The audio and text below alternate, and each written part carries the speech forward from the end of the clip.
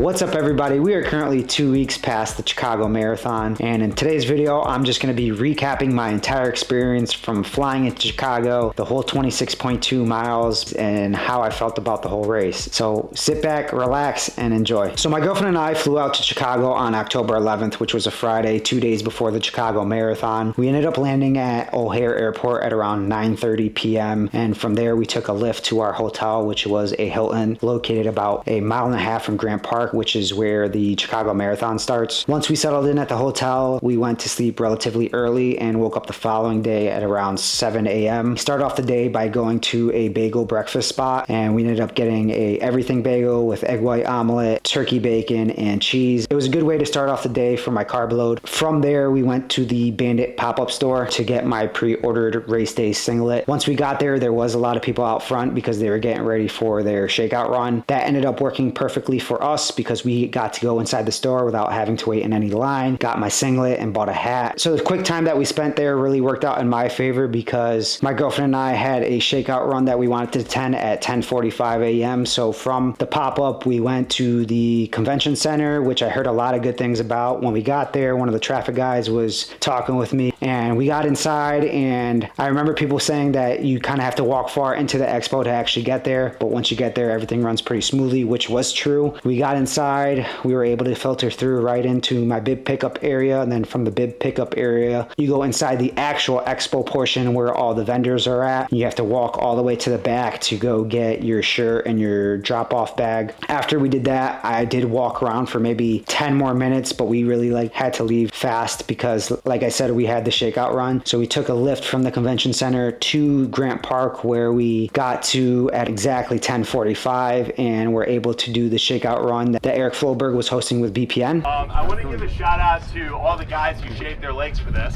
We have Eric Floberg. Nico.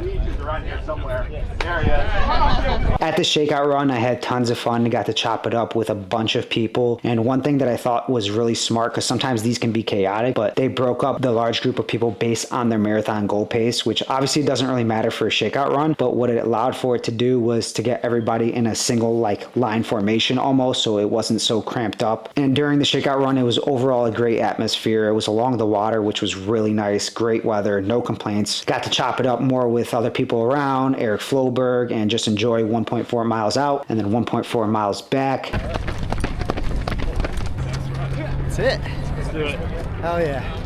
Where BPN Sups was with a table full of free supplements, which of course I grabbed and actually utilized for the marathon. My girlfriend arrived shortly after just because she was obviously going at her own pace too, and we took a couple pictures with people that were there. And from the shakeout run, my girlfriend and I planned to go back to the expo just because the first time we had went there in the morning was a bit rushed and we kind of just wanted to experience a world major expo. So it was a bit difficult getting a lift from the Grant Park area to the convention center. We actually had to walk about a mile south of Grant Park where we got picked up, and unfortunately obviously added more time on my feet, but we got eventually a lift. And during the lift, my coach Jeff Cunningham actually called me, and I gotta say he freaking hyped me the hell up for the marathon. He said all the right things, and if you guys know Jeff Cunningham, he is a man of a lot of great quotes. He's a smart guy, he gets you pumped up, he gets everybody pumped up. He's a coach, and that's what he does. All right, perfect. Hey, I'm proud of you, brother. Dude, you're a stud. You're a fucking stud, man. And I can't wait next time I come visit Gillian to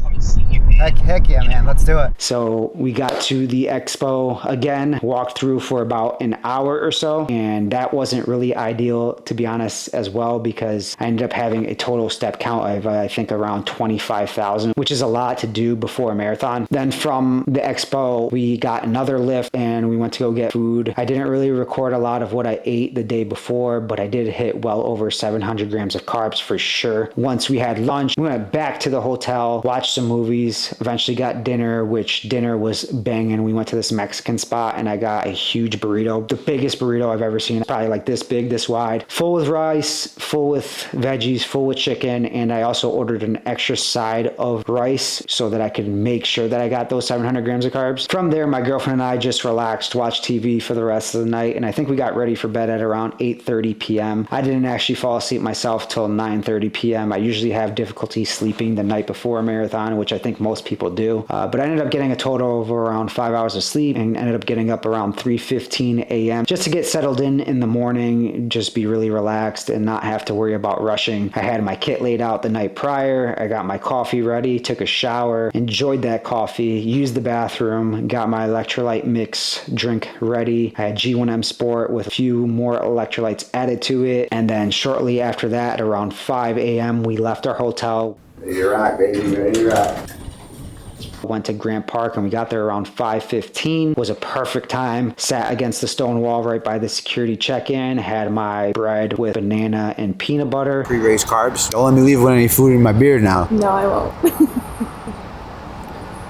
And then right after at 5:30, I got to go in without having to wait at all. So I recommend anyone doing the Chicago Marathon in the future, get there before the gates open so that you're not just standing and waiting there. And I was able to get to the porta potty. First one, not having to wait at all. That was one huge benefit. After hitting the porta potty, went to my gear check-in area, found a nice spot to sit down and just relax. I threw my AirPods in, put on some good hype up music, and just got my mind right again for the marathon. At about 6:30 p.m. I ended up having to go back to the porta potties after dropping off my gear. Ended up getting into one at around 6:45 a.m. Then from the porta potty, I went towards Corral C, which was a little bit difficult to get to be honest. I had to do like a loop around Corral D just to get to my area, but I guess it kind of worked out because I also used as kind of my warm-up run. I pretty much jogged the whole way to Corral C. Got there with just a few minutes to spare and it was really packed. I took off my throwaways, threw them on the gate that was next to me, and at 7:30 the race started.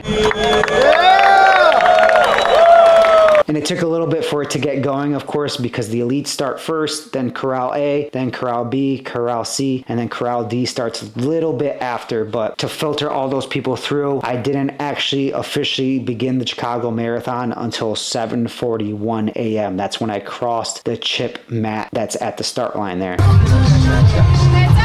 Let's go. This is what we work for, baby. Let's go. Let's go, guys. Woo! Let's do this. Yeah, buddy! Woo! Now let's get into the marathon itself. Within the first mile, adrenaline was hitting for me. I was feeling super hyped. One thing that took me by surprise though is how quiet it actually was. Everyone that's around you is just a runner. There's no spectators allowed in Grant Park, so all you hear is the feet hitting the ground.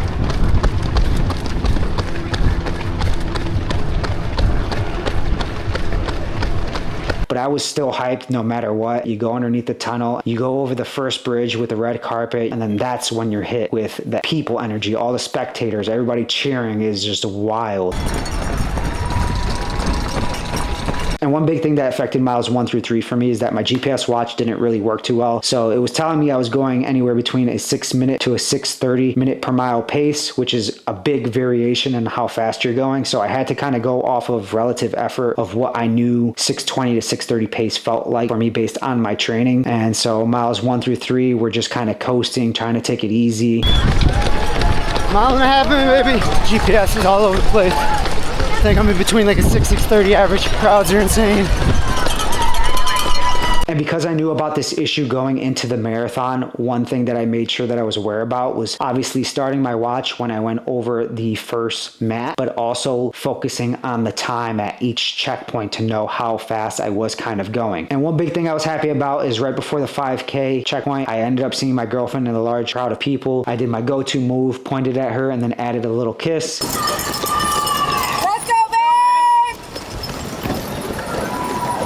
Shortly thereafter, I got to the 5K mark at around 19:57, which is a 6:26 per minute mile pace, which was really good given the fact that the GPS watch didn't work. After the 5K checkpoint was the 8K checkpoint, and I got there at around 32:01, which is an average minute per mile pace of 6:29, which again is right on par. Around that time, I also took my second gel. I ended up taking my first one, which was caffeinated, around 20 minutes before the start of the race. And then my plan going into it was to take one every 30 minutes. So at that 8K mark was a good time for the second one.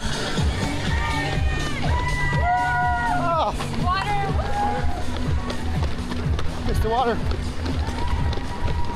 And miles 5 through 13 honestly was a breeze for me. I hit all my paces and the crowd literally carried me through that whole first half. And when I say I was vibing with them, I really was. Colombia! Vamos! Let's go!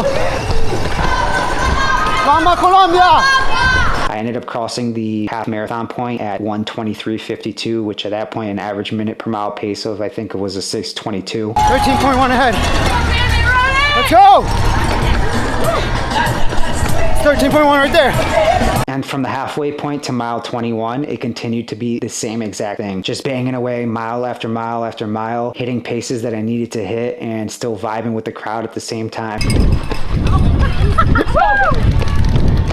It was during this time frame that I really noticed how fast the marathon was going by, and I was really just trying to soak in each moment, and so I was really shifting my mind to that, but at the same time still making sure that I was hitting my paces. Let's go, we almost there. Let's go. Woo! Let's go, this is what we train for, people. So come to mile 21 is when I started to notice that I was slowing down a little bit, but I was hyper aware of it. And I made sure to tell myself that I wasn't going to go slower than a 6:35 per minute mile. So coming in at the 35K mark, I crossed the line at 2:19:39 and had an average pace of 6:31 per minute mile. And then at 40K, which is really close to 25 miles, I crossed the line at 2:39:58 with an average minute per mile pace of 6:33. And it was right around there that I thought I heard my girlfriend for the second time. I heard, "Bryan!" And you can see in the clips, I'm pointing in that general direction, but I knew it was her. I had a feeling. Go, Bryan! And that's as I'm going up the last hill that they talk about at the end there, right before you turn the corner to see the finish line. The stop hill they were talking about 400 meters ago. And honestly, that gave me the boost that I needed to go and finish this race strong. At this point, I knew well below a sub 250 was in the bag. Hit that hill hard as I can, turned the corner. I saw the finish line, and right there, literally the race high, that runner's high that you get, hit me so hard. Let's go! There it is! There it is! The finish! Away from Canyon area. Yeah! Allowed to re-enter. Yeah! Participants all geared. Crossed the finish line at 2:48:29, hit a PR. So proud of myself, just because almost a year of setting this race and schedule and then putting in all the training, everything that I went through, countless hours of not sleeping while doing that, and then hitting your goal is literally the best feeling you ever get, which is freaking crazy because before the marathon, I knew I was going to be happy with a sub 253, but there were times throughout the marathon build where I questioned myself whether I could get a sub 250. I knew my fitness was very high, and I did think about it every now and then. So to actually get that and go beyond a sub 253, I was freaking thrilled. The race highs lasted for like 3 days, and I just felt on top of the world. It felt so good to accomplish something that I set out to do, and it's something that really, if you put in the work, guys, it's something that you can do too. You can see how happy I was throughout the video, and just there's no other feeling like it, training so hard for a year and getting to that point. So that's really about it for this marathon recap. I hope you guys enjoyed it. My next few races are already planned, so we're gonna get into the next few YouTube videos discussing that. So for now, if you haven't checked out the series, go back, check it out. Like this video, comment, like, subscribe. I appreciate it, guys. Peace out.